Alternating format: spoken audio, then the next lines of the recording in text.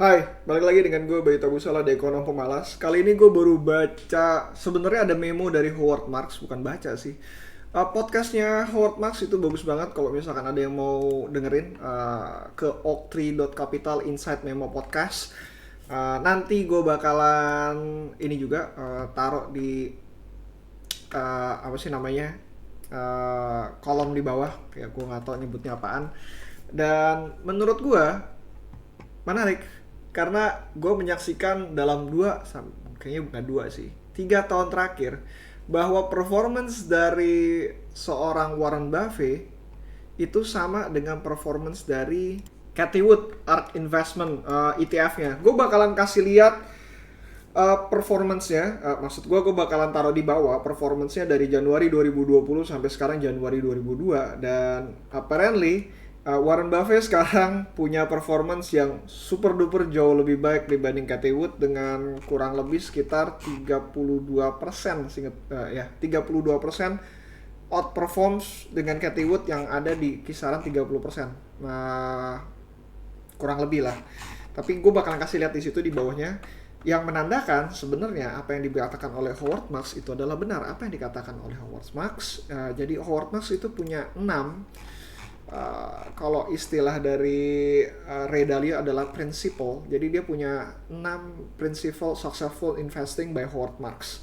Pertama adalah control risk, 2 being consistent, 3 only active in the less efficient market, 4 high degree of specializations, 5 investment decision is not depending on micro forecast. Yang keenam adalah long term approach. Jadi yang menarik adalah dia di kalimat keduanya, di tenet keduanya, istilahnya tenet apa gitu. Prinsipal keduanya adalah being consistent. Howard Marks pernah bilang bahwa lu tuh nggak perlu jadi top 10, top 1, top 20 dari fund manager yang ada di dunia. Lu cuma butuh adalah below average in good time and being the best above average, atau being the best sih, above average in the bad time. Berarti slightly below average in the good time, tapi juga being above average in the bad time. Gak kebalik, itu kalimatnya emang seperti itu. Dan itulah yang terjadi sama Warren Buffett. Warren Buffett itu sebenarnya ya below average waktu pas performance-nya ketika marketnya lagi tanking up gitu. Dia bahkan menjual Apple-nya dan merupakan sebuah kesalahan diakui oleh Warren Buffett sendiri saat marketnya lagi oke. Kenapa dia nggak malah menjual tidak menambah. Dan ketika sekarang ya ternyata apa yang diprediksi juga, apa yang diperlihatkan dari manajemen investasi dari Warren Buffett, kelihatan bahwa dalam jangka panjang market itu bakalan balik lagi ke mean reversions-nya, balik lagi bakalan ke rata-ratanya. Dan kalau misalkan ngelihat Cathie Wood bukan orang yang menurut gua bodoh lah atau segala macam, tapi dia bener-bener hype banget ketika zamannya 2020-2021. Bahkan ketika gue masuk ke market US pertama kali di 2021, gue beli ARK investmentnya dan turn out to be wrong judgment. Dan again FOMO hadir pada saat gue masuk ke market US. Dan sampai saat ini gue masih belum tahu juga investasi apa yang gue lakukan di market US, karena gue belum dapat ide lagi yang baru. Berikutnya adalah kalau lo ngeliatin nanti dari grafiknya, ya Warren Buffett punya performance yang bener-bener konsisten aja gitu. Dia dalam good time it's going to be up, bad time it's going to be up, slightly down ketika terjadi pandemi, tapi nggak konsisten aja, benar-benar konsisten, literally benar-benar konsisten. Moralnya sebenarnya adalah kok moral sih? Apa yang bisa kita pelajarin lah? Moral story, whatever lah.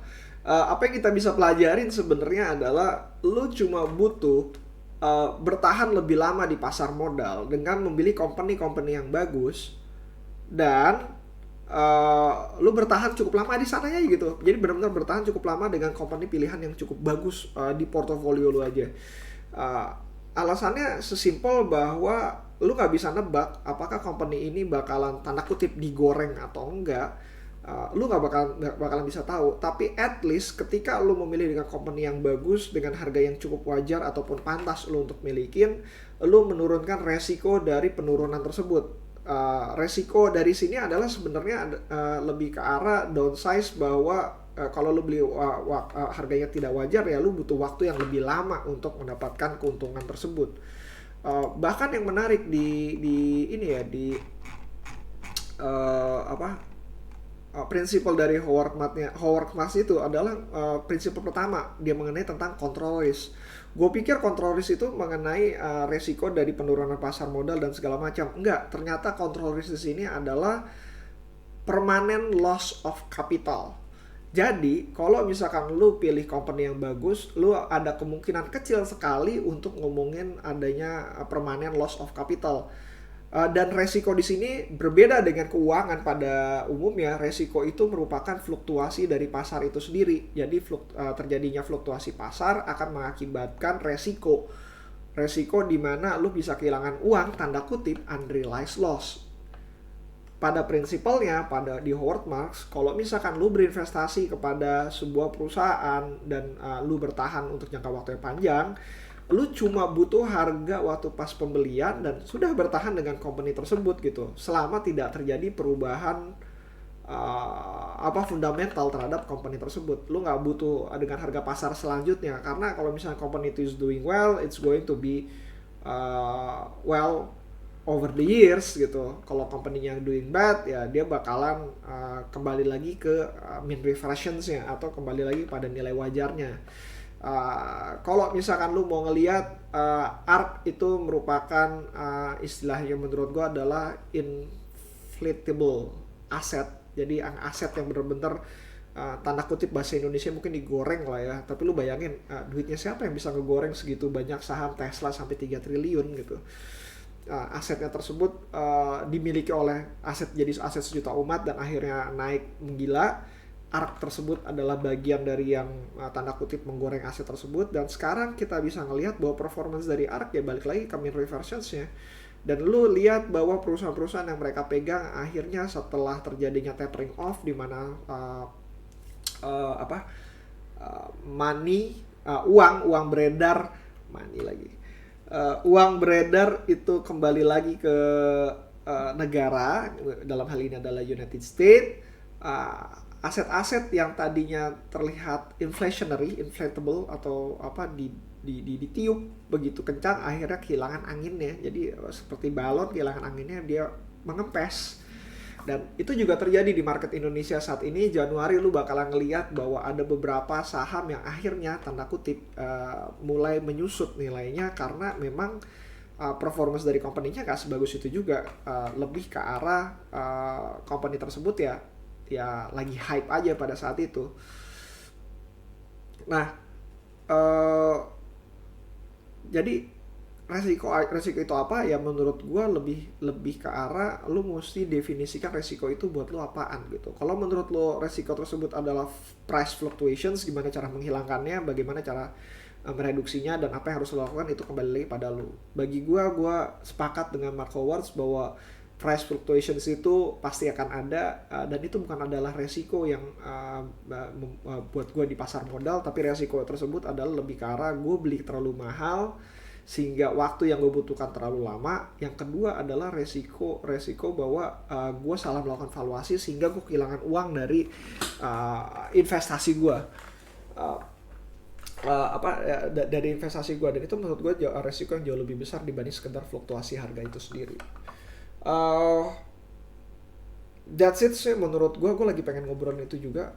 Ngobrolin ini aja sih, ngobrolin bahwa don't worry about your performance antara ketika market lagi bagus-bagusnya ataupun market lagi jelek-jeleknya.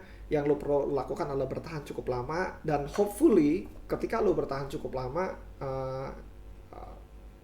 lo bakalan mendapatkan tanda kutip keberuntungan dengan memegang saham tersebut. Karena menurut gue di pasar modal ya semuanya tentang masalah giliran aja, dan sialnya lo nggak tahu kapan giliran lo gitu.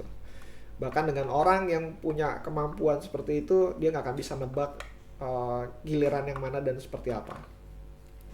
Kembali lagi ke apa ya, ke pelajaran gue waktu pas surfing. Gue bakal menutup podcast ini dengan lebih baik terlambat dibanding kecepatan. Jadi akan lebih baik lo lakukan, kerjakan PR lu untuk melakukan valuasi yang benar ataupun melakukan apapun itu yang berhubungan dengan pasar modal sebelum lo masuk ke pasar modal itu sendiri dengan benar. Nggak apa-apa terlambat, karena akan jauh lebih baik lo riding the wave dibanding kegulung dengan ombaknya. Sip, kalau ada pertanyaan balik lagi di bayutabusala@gmail.com atau ke Instagram gua DM aja di bayutabusala. See you again next time, bye.